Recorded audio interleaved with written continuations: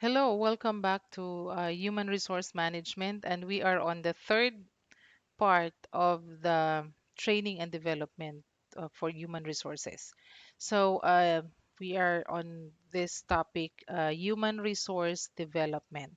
So, ang development, it refers to formal education, it refers to job experiences, it refers to relationships, and assessments of personality and abilities that employees prepare for the future. So that's development, right? Development can be thought of as the growing capabilities that go beyond those requirement by the current job. Nagrepresent siya sa employees' ability to handle a variety of or daghang assignments, and development helps the employee prepare them, iandam sila for other positions, and it will also increase their ability to move into other jobs that may be available in the future. Okay, so you have to keep this in mind that you are actually conducting training or development programs not just for now, but for you are looking at the future. Okay. So, what are the different approach that you are going to use in planning and choosing the development program? So, we have the assessment centers. So these are the different assessment that we are going to use. Assessment centers, meaning ang mga empleyado or the employees are sent to assessment centers to take examinations that will include personality tests, communication skills, personal inventory assessments, benchmarking, and other examinations. So there are centers gyud nga nagakandak og mga assessments. The center is manned by a group of teams that assesses the individual potential for leadership and other capabilities or qualities that may be used by the organization in its future operations. So those are assessment centers. Psychological testing. So you can also do psychological testing like the example ana pencil and paper test are ginagamit na siya um, for years na, no? Dugay na siya ginagamit to determine the employees' development potentials and their needs. Okay, intelligence test, verbal and mathematical reasoning test can actually can actually provide useful information about factors of unsa ilang motivation, unsa ilang reasoning, unsa ilang abilities, nabas like leadership styles, interpersonal response, traits, and job preferences. So those are what you are going to get when you do psychological testing. And then another is the performance appraisal. So pag mayroon tag performance appraisal, it measures the employee's potential uh, when you are able to do it correctly or properly. It can also be a good source of development information. Okay, sa performance makita man nimo sa performance sa employee unsa iyang strength, unsa iyang weakness. So you will be able to use that in planning development programs. Okay, so there are also there's also what we call succession planning. Pag may tag succession planning, this is actually done for the future um, needs or development needs of the successor. Pag may tag successor, kanang mupuli, di ba? This is should also be planned. Dili lang kay dili manggod nga mag-maintain lang kaan nga position. So eventually you will move up and someone will replace that person. So you also have to plan for the succession or pagpuli. Resource development approaches. So, um, These are planned activities. So you have um, to what you call that, determine the approaches, because we have to make sure based on the analysis or needs assessment kung unsay mga activities or trainings nga dapat nimo ihatag. So you have to kanang mga in-house approaches. Pag may tag in-house approaches, kanang dili na ka maadto sa mga assessment centers. Within the company lang, you have approaches, na kay mga steps, na kay mga pwedeng buhaton.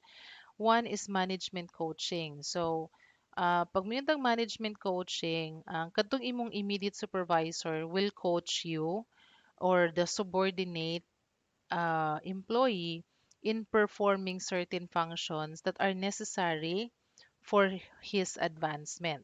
So, management coaching, meaning, like, for example, kung ikaw supervisor, dapat ang manager mag-conduct og coaching pud sa imo to prepare you or to train you for certain functions. Then we also have to use, you can also use committee assignment. So, you are going to assign mga promising employees to important committees. So, in this way, manggod, kung imos lang i-assign, it will give the employees a broadening exercise. It will also motivate them, and it can help them understand the personalities, issues, and processes that is governing the organization. Sometimes, manggod, di ba, di man ginamalikayan nga, if you were given a responsibility, murag ma-motivate ka nga, kining responsibility kay pang supervisor man ni, so meaning I have a potential to be a supervisor or I am important, di ba? Next is job rotation. So kining a process man is shifting the employees from one job to another.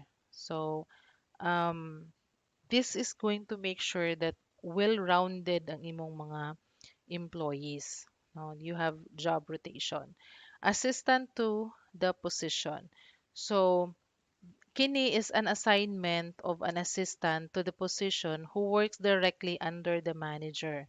So, na kay mag-appoint kag assistant, that's actually one way of training the assistant to become the manager someday, right?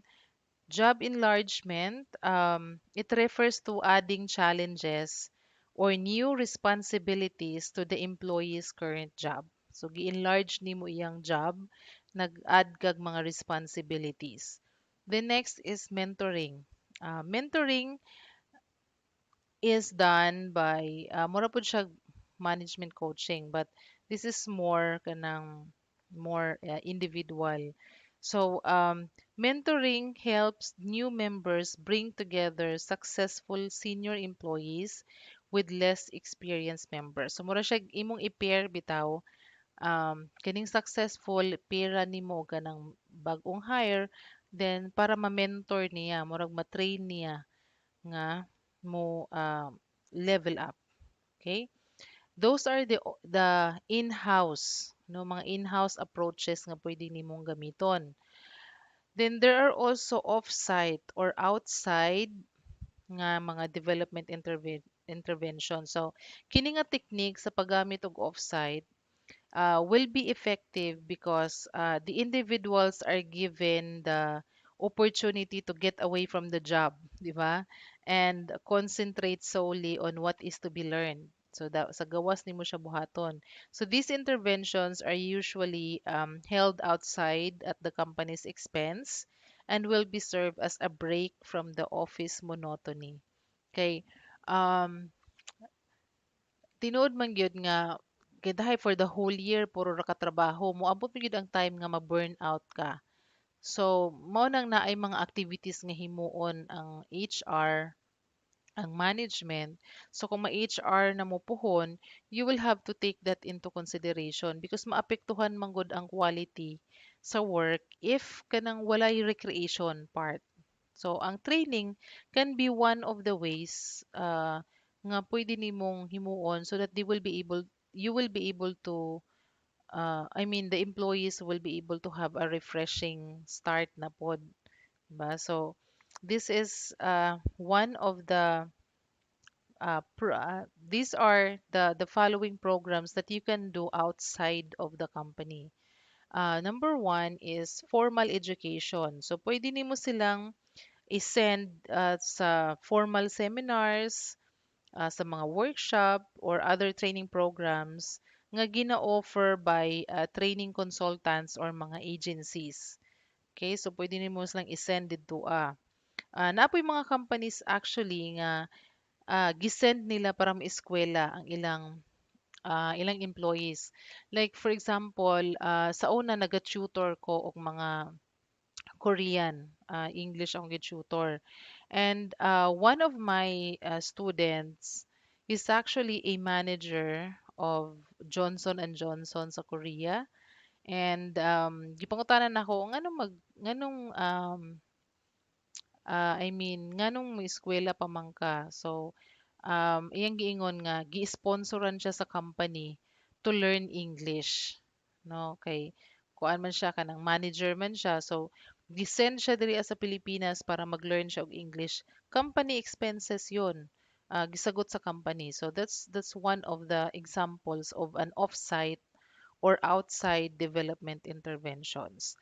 Another one is the team building. So, kanang mga team building, of course, familiar na mo ana na mga interventions ni nga usually ginabuhat away from work, like about 3 to 4 days nga away from work.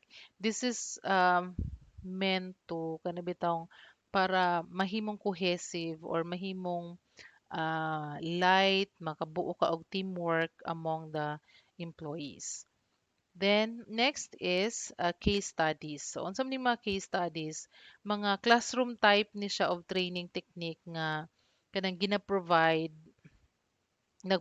og medium or way through the application of management behavior concepts and analysis. So mga case studies, pareha na ang gihatag sa inyo nga mga case studies. That's for you to be able to learn. Mura siya ganang you an application, no? You are given case studies for you to learn and for you to analyze also. Right? Another one is role playing. So ang role playing, of course, familiar naman mo ana, dili na siguro kinahanglan pang i-explain pa kaayo. So there will be scripts, no? Mag-role play mo and the performance will be evaluated.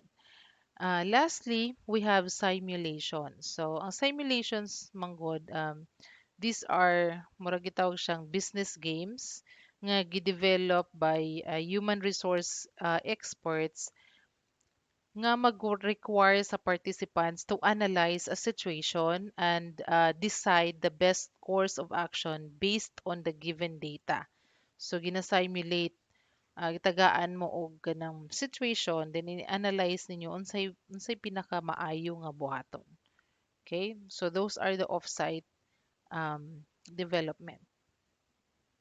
So if you have questions, you know where to post your questions.